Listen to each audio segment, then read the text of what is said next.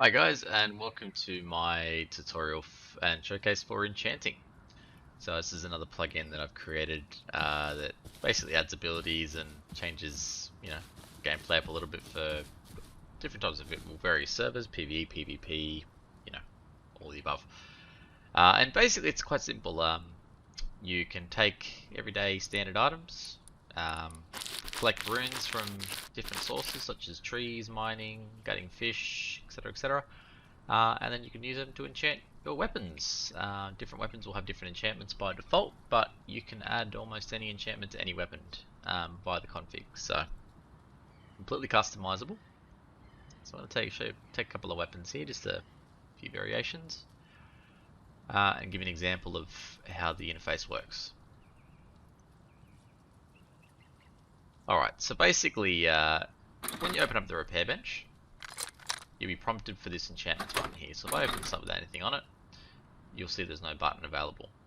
Now if I chuck an item in here, I'll tell you what, grab one that doesn't have anything attached. So if I grab like a machete and put that in here, you'll see there's no button no button will appear, but it's because there's no enchantments available for this weapon. But if I put something like a crossbow in and click on enchantments, when the button appears, you can see here that we've got a number of different enchantments available for us. There's also info panels here, which I'll take you through in just a moment. But if I go this across and change to something else, so bone club. Bone clubs have different enchantments to crossbows. Pythons have different enchantments to bone clubs. Rocket launchers have different enchantments to, the rest, etc, etc. You can kind of see the pattern here. So you can see each of the individual weapons will have their related enchantments shown. So I won't show you a heap of unnecessary enchantments. So I'll only show you the ones that, that are relevant.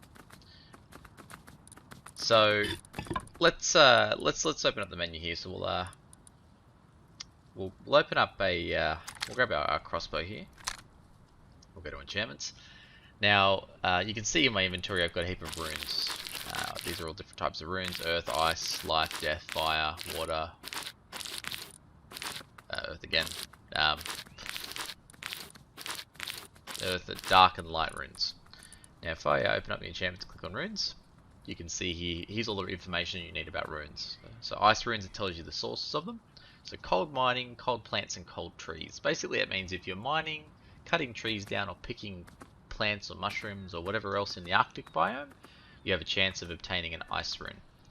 Life runes have different sources, so cold plants, hot plants, day plants and night plants.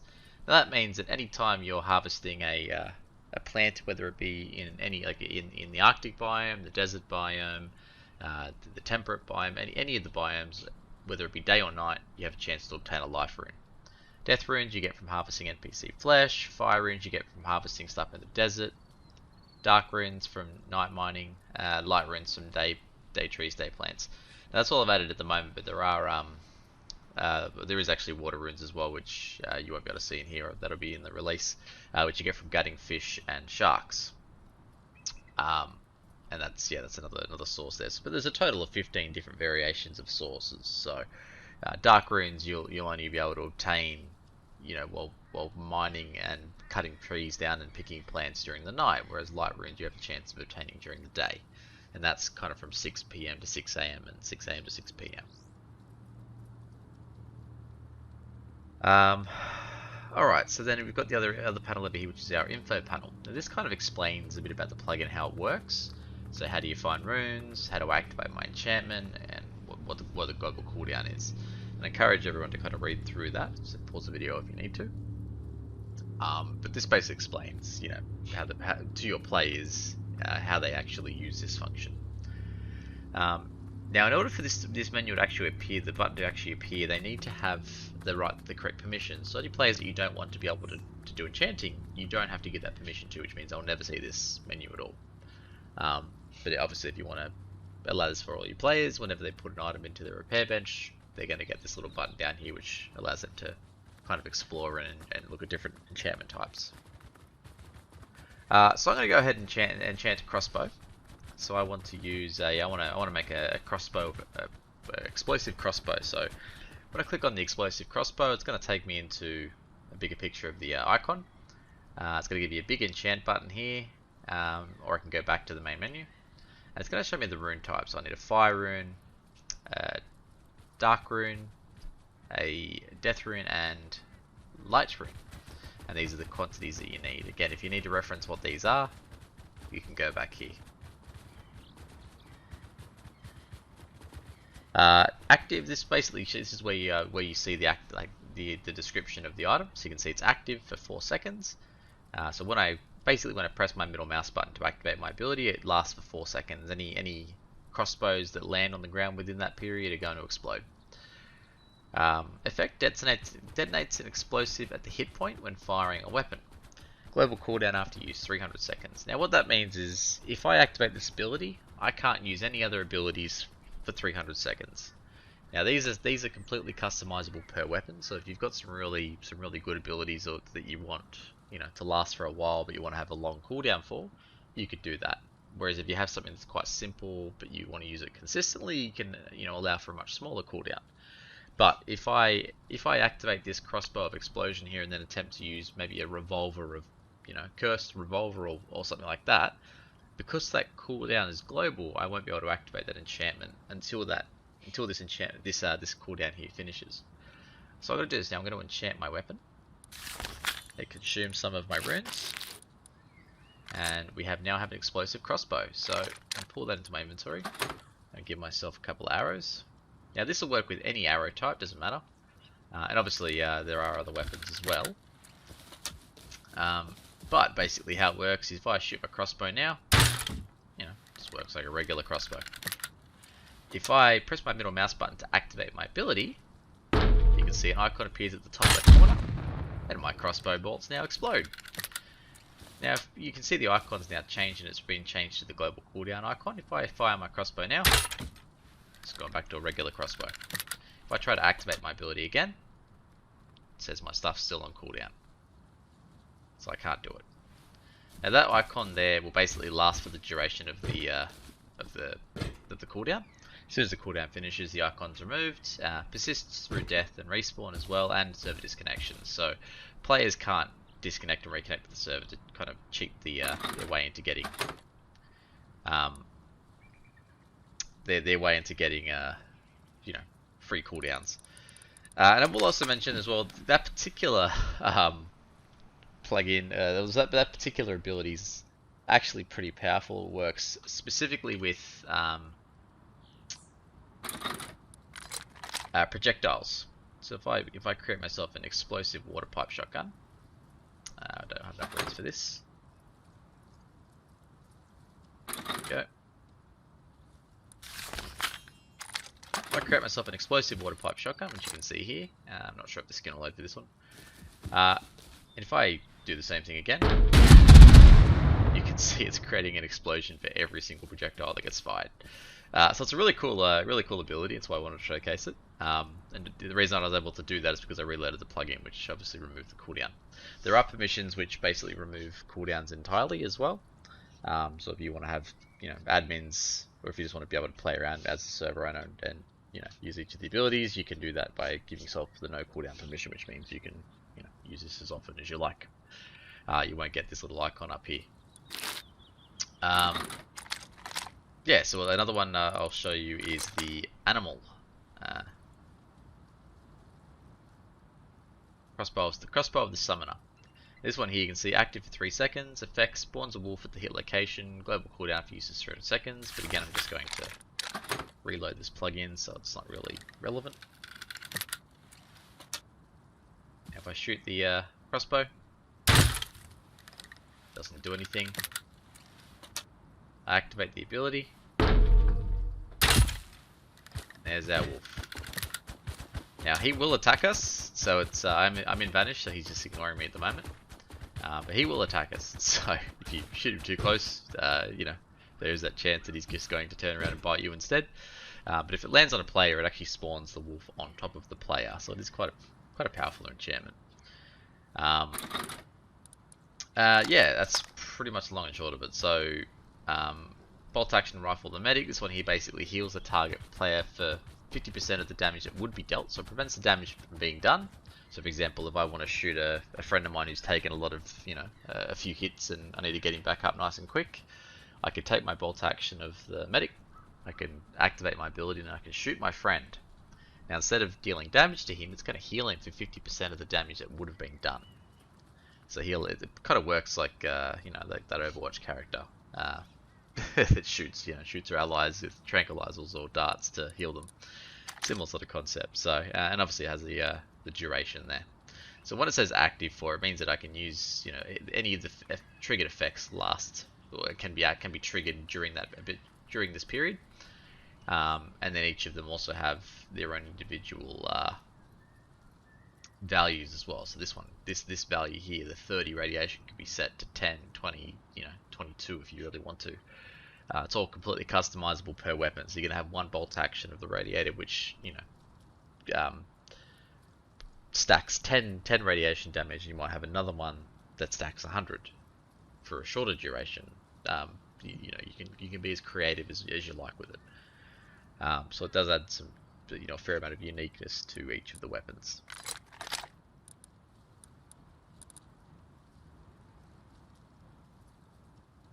The last thing I'm going to show you before we move into the config file is the inspect button. So now naturally as you accumulate these weapons, you're going to kind of forget what they do. It's to be expected. An easy way to identify what the weapon does is to simply hold it in your hand and type /inspect. And this is going to come up with information on what your weapon is. So crossbow of the summoner, the effect type, how long it's active for, the cooldown, and the description. So you don't always have to be near a repair bench if you want to be able to see your item's information. So again, a really handy one to have. I'll just enchant another item here.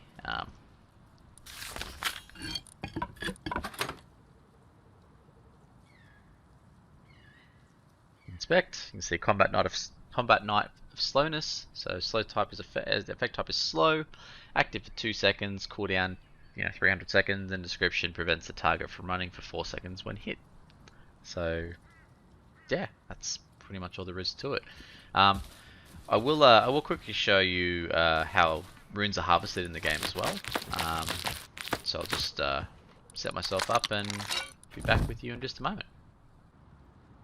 Alright, so there are types of runes that you can get in different types of biomes. So basically the way runes work is there are 15 different sources. You have runes that can be harvested from trees during the day, trees during the night, and trees in the cold or the hot. Mining in the day, mining at night, mining during the cold and the hot. Picking plants at day, picking plants at night, picking plants during the cold and the hot. Harvesting flesh from NPCs, animals, gutting fish, and harvesting from sharks. So actually might be 16. Anyway, terrible math.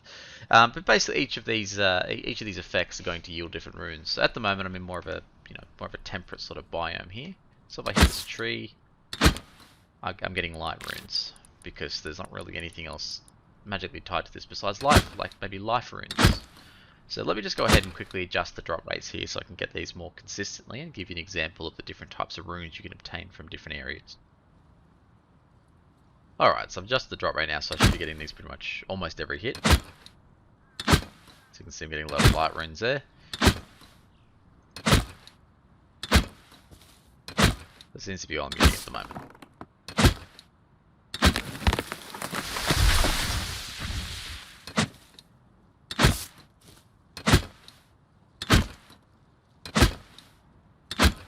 So a fair amount of light runes.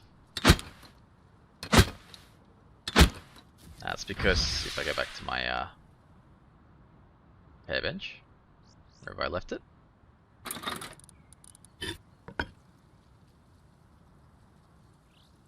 because I'm harvesting trees during the day. Now if I wanted to get plants, for instance, let's just spawn a heap of hemp.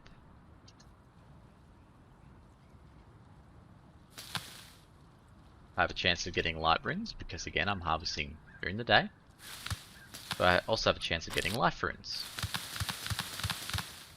Now if this was dark, I'd have a chance of getting dark runes instead of light runes, but I'd still have the chance of getting life runes from the hemp. Same thing for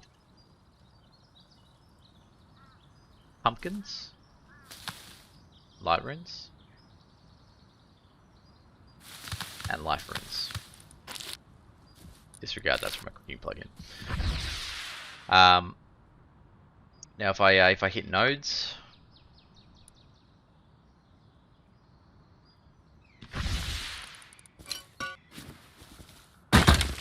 I'm gonna have light runes and earth runes because I'm getting earth runes because I'm harvesting nodes. And they're basically, regardless of the biome, regardless of the time of day or night, I'm always going to have a chance of getting earth runes when harvesting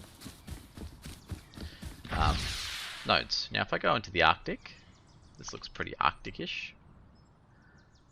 Just try and find myself a... I'll tell you what, hit a tree first. So let's just hit a tree with the axe. I'm getting ice runes now.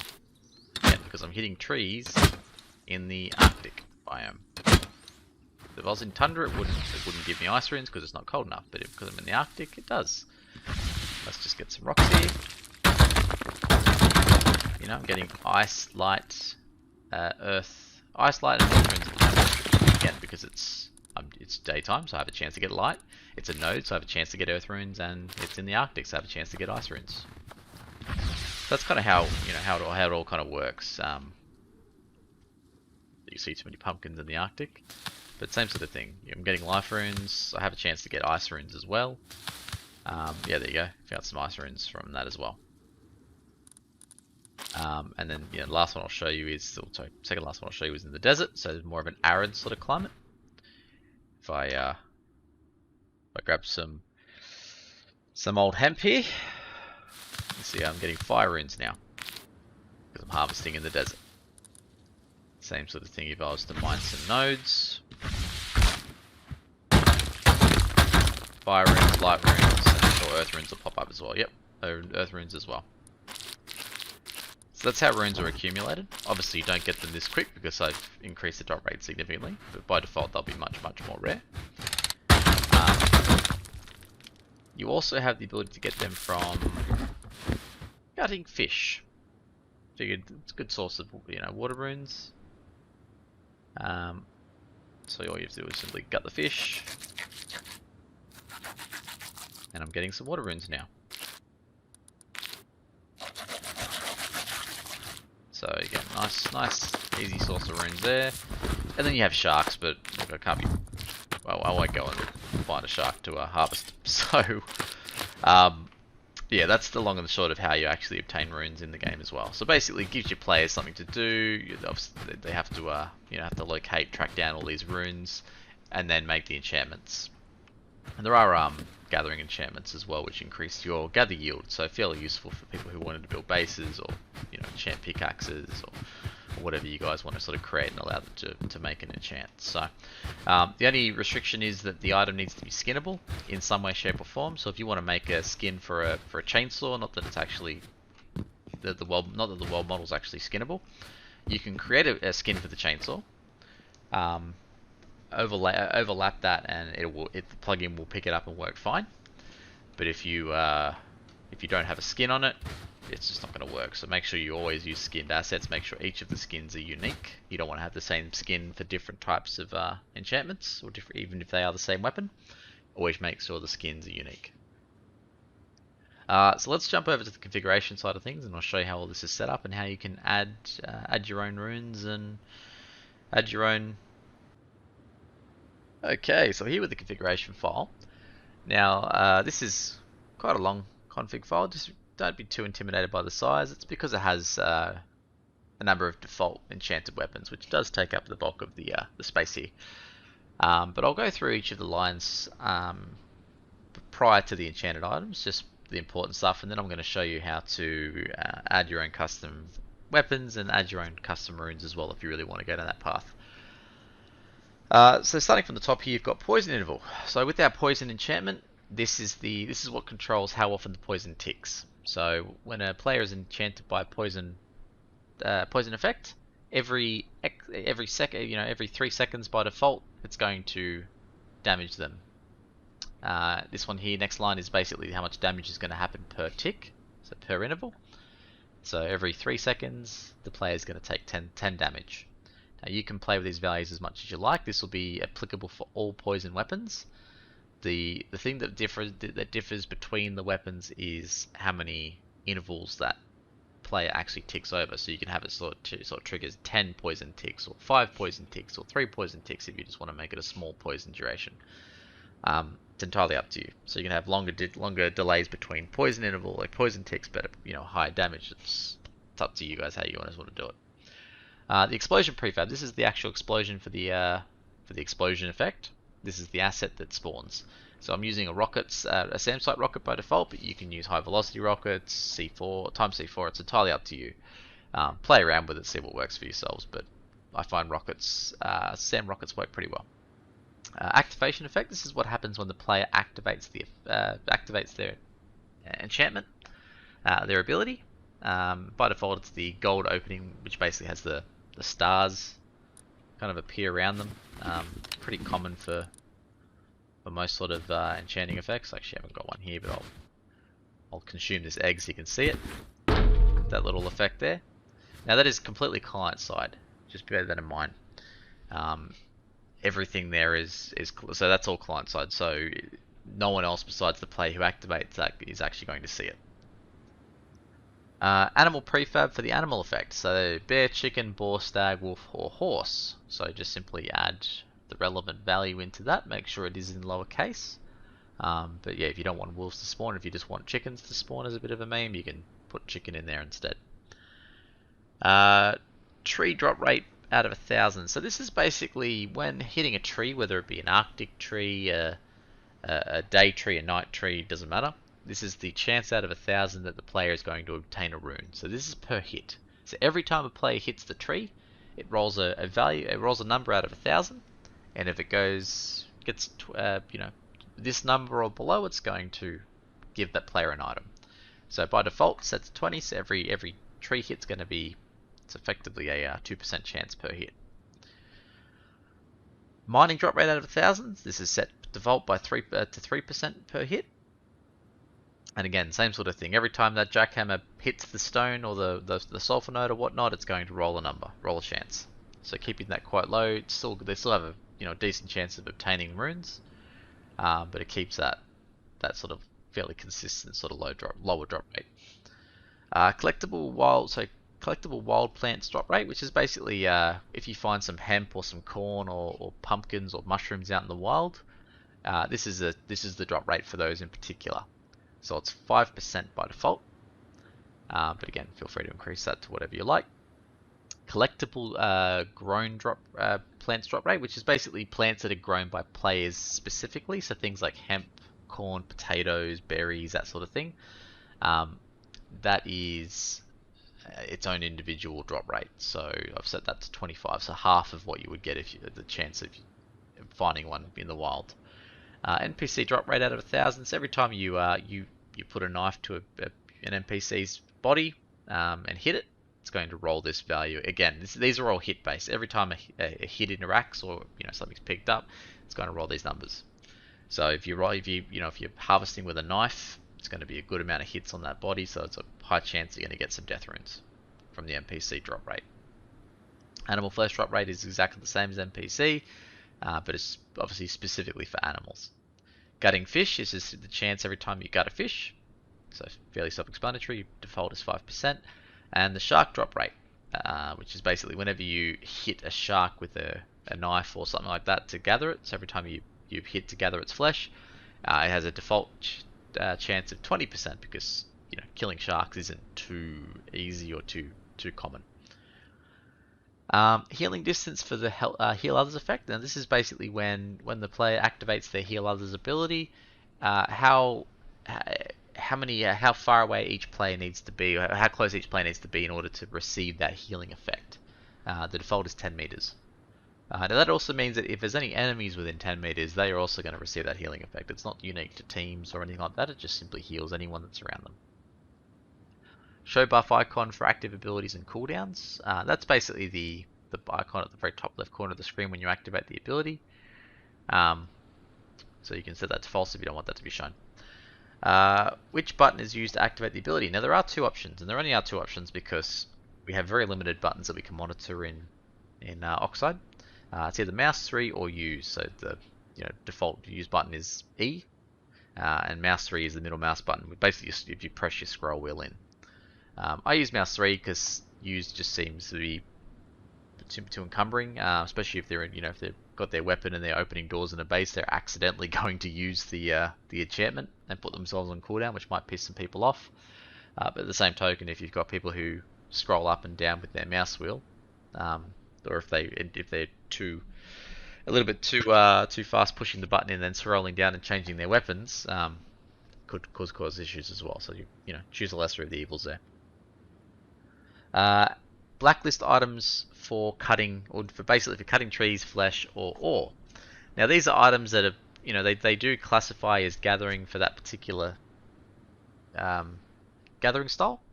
In this instance, cutting trees with a bone club, not very effective, but because you get a lot of hits out of it very fast, it makes it a very easy way to get runes and other collectibles. So we've got that as a blacklisted item by default.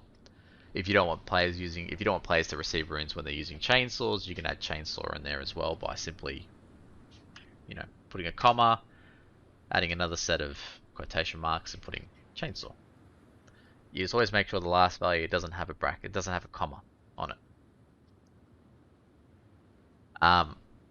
Blacklist for harvesting flesh. So by default, we've got bone club, we've got jackhammer, which was a weird one, but I found that on my server, and chainsaw. So we don't want any of these three items here to provide runes if the player decides to use them to harvest the flesh. And then the final one is harvesting ore, which again is just default bone club. Bone club is the most OP weapon when it comes to hit-based gathering chances. Commands to bring up the info on active weapons, which is that /inspect command I showed in game, and that's basically you can have as many of these commands as you like. All of them are just simply going to do the same thing, but some commands are easier for players to remember than others. So feel free to change these to whatever you want. If you just want to make it inspect and nothing else, just delete those two. Alright, so that brings us on to our enchanted items and our runes. So I'm just going to minimize these for you. So first thing we're going to go through is runes. So runes are basically they're built off the standard item of blood. I recommend keeping the blood because has a high stack value. It doesn't use any it doesn't have any healing effects when consumed. It's just a really nice item to use, and it's not freely available. So if you do need to change it, try to change it to something like glue or something that isn't consumable, can't be interacted with, and has no other purpose in the game. Don't change it to things like mushrooms and whatnot. It's just never going to work. Now the skin ID is the skin ID on the workshop. Now I'll just quickly pause the video and pull up my workshop, and I'll give you an example of how I found this. Alright, so I've got my workshop here. These are all the runes I've got on I've uploaded to my workshop. Now if I click on the rune, you will see the file ID is actually up here. Now this is the actual item ID that we use in this skin field, and that's universal for Rust. Basically, this is what we tell Oxide to fetch, which skin to fetch for us. So we just simply copy that and paste that into the skin field here if we want to change the skin. And then I also have a copy of the URL, which is just a imager upload for the particular thing. So there it is. That's what displays in the menus. You have the drop rate, which is basically how the way drop rates work is depending on the number of different types of runes that get put into a pool, get put into a potential as a potential chance to drop. The drop rate dictates how common they're going to be. So having a high number means they're going to be more common. An example would be if we hit a tree and we have a chance to obtain an ice rune, a light rune, and a just say for argument's sake a life rune. Not that we would get that from a tree, but by default at least, and a life rune. So what that would do is that would basically take into account the total drop rates of each item. So by default it's 100. So it would basically roll a number out of 300, and depending what number it lands on is the rune that it's going to drop. So having a larger number means that you're going to have a larger chance of actually landing in the number that you want for that rune to actually drop. So basically, big numbers means more common. So if you want this to be more common, you'd say 200 or 300 to be 300, 3 times more common than the other ones, which are only set to 100. The maximum amount is to drop. So basically, by default, the minimum is 1. The maximum is 5 by default. So if you want, ice runes to be more common and have a chance of dropping up to 10 or 20, you just set this value to 10 or 20. And basically what it'll do is it'll pick a random number between 1 and 10 and drop that amount. It'll be basically put that into the player's inventory. Description, so if you want to put a description on there, you can. It's not really relevant. Drop sources. Now this is the important thing. I'll put this on the sales page here for each of the drop sources and what number corresponds to it. But basically this is an enum in the plugin, and these numbers represent the sources in which these are dropped. So if I just open up the plugin very quickly here, just gonna pause the video real quick. Okay, so the gather from basically refers to this. You've got day trees, day plants, day mining, night trees, night plants, night mining, and each of these actually have a value next to them. So you can see on the tooltip that's just appeared there. It's, cold trees is equal to 6, which we can see down here. So the drop sources is basically 6, which represents cold trees. 7 represents cold plants, and 8 represents cold mining. So because this is an ice rune, we want all of the cold options to be a thing. Now, if we just wanted ice runes just to simply drop from mining nodes, we would just simply remove these 2 and just make it 8. That way they only drop from nodes mined in the ice instead of trees and plants collected as well. If we wanted everything to drop here, we could just do 1, 2, 3, 4, 5, 6, 7, 8, 9, etc., etc. We could, we could make it so everything has a chance to drop an ice rune. Not that we would, but yeah, that's just kind of how it works. Now, if you want to add one of your own, I'm not going to go through the process of showing you how to create your own custom icons. I'm going to assume that you've already done that. But if you want to add your own, it's a simple matter of simply grabbing the last rune here, putting a comma in the curly bracket just after the square bracket. You can see here with a lot of editors, you can click on the curly here and it'll show you the bottom one. So you want to make sure you get that bottom one. Create a new line and paste it. So you just simply make a copy of it. Call this whatever you want. We'll call this test rune. Leave the short name as blood. We definitely want to change the skin name. So the actual skin, because we've already got these assigned. So I don't think I have anything assigned to this one here, so we're gonna add that one. So we'll give that one the skin value of that. We would change the PNG file as well, so we'd upload something to Imager and we would just grab the .png link there and put that in. We'd set the drop weight to whatever we want. I'm just gonna leave it at that, and then we just set where we want this to be obtained from. So we say, if it was, we want all tree sources to drop this particular rune. So we'd say 0 would be, tree would be day trees, 3 would be night trees,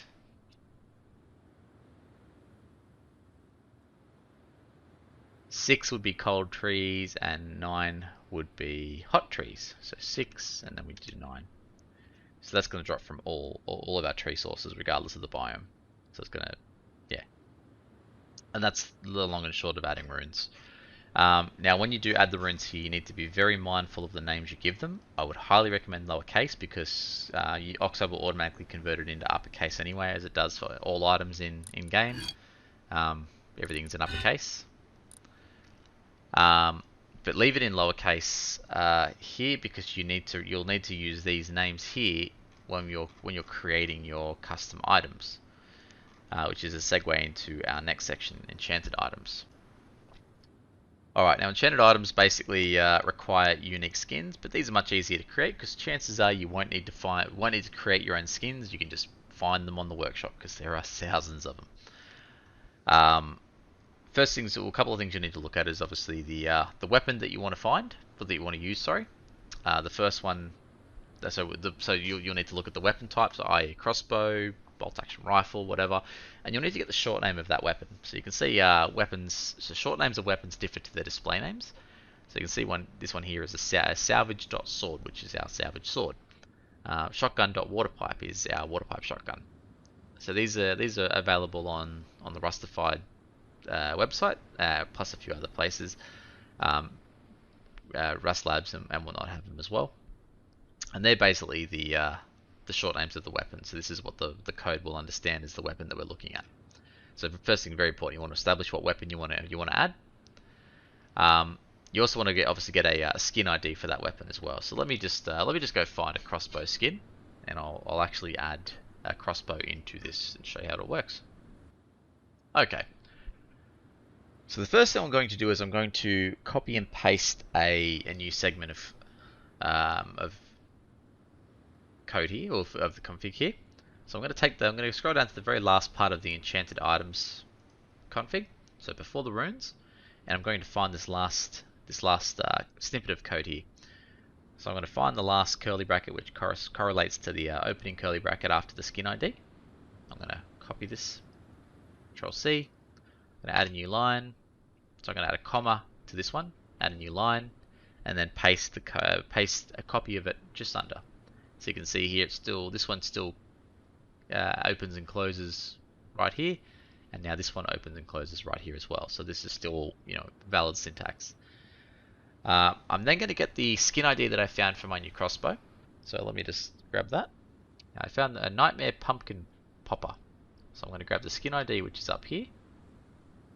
Copy that. I'm going to paste that in that one instead. Now remember, each of these need to be unique. You cannot have the same skin ID twice, otherwise things just don't work. Now I'm going to make this a what have I done for crossbow yet? Let's make this a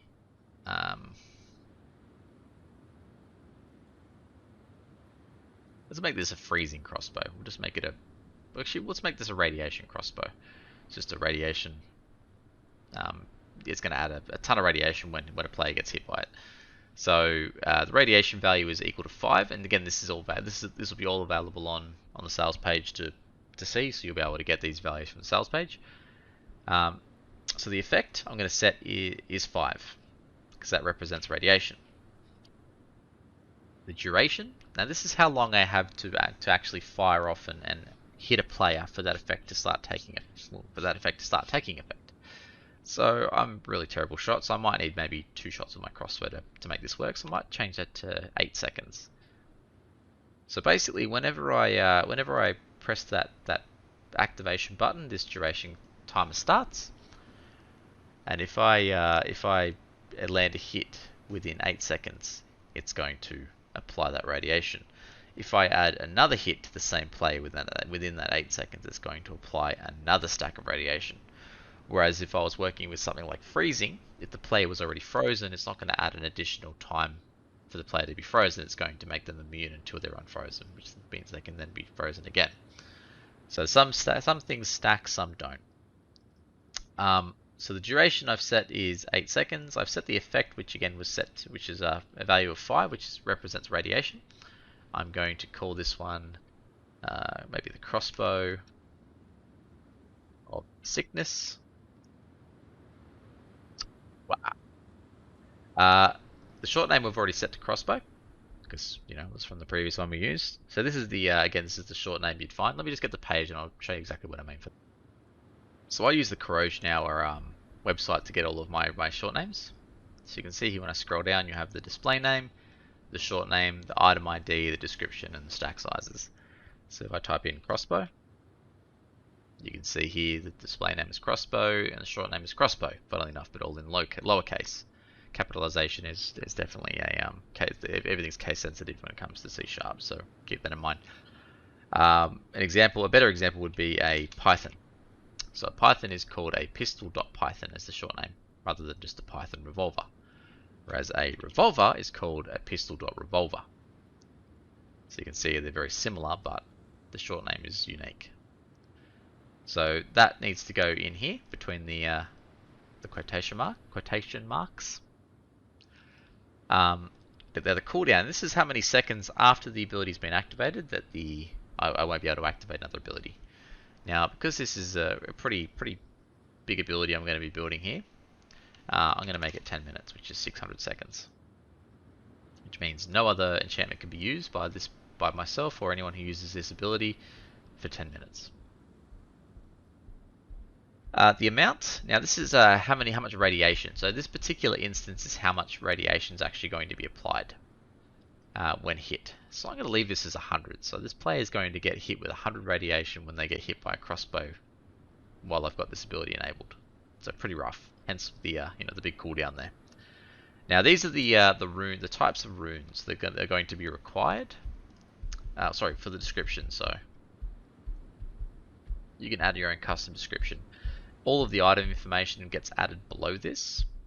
So there's a bit of space for this. You can add something like some cool flavor text in there if you want to as well. You know, make it unique to your server. And the display name. Oh.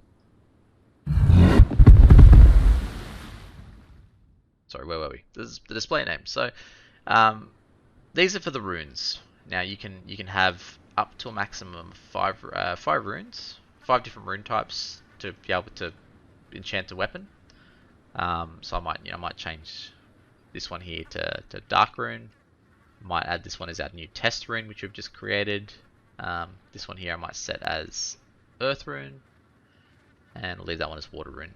I can set it so it requires 120 earth runes, it requires 56 water runes, it requires 250 dark runes, and then it might only require say 10 test runes. And that's all there is to it. So now that I've done that, I'd save my config, and this item will appear in the game. So I put a crossbow into my workbench, and we're going to see Crossbow of Sickness in that list. It's going to use the standard icon for radiation. If I open up a repair bench here, and I add a crossbow into it,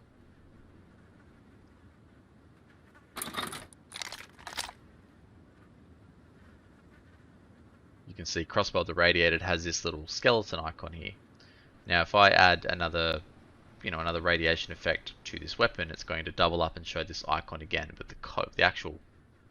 the name of the item is going to be what separates it and makes it unique. That's pretty much all there is to it. So yeah, feel free to make your own custom enchantments, your own custom runes if you want to go that way. I'll throw in some. I plan on doing some more work on this and adding some extra effects as well. So keep an eye out for updates. Chances are there'll be some more goodies in down the track. But if you guys come up with some really cool enchantment idea, have any cool ideas for enchantments or things you'd like to see, feel free to get in touch. Let me know. Otherwise, enjoy and yeah, hope it works for your server. Cheers.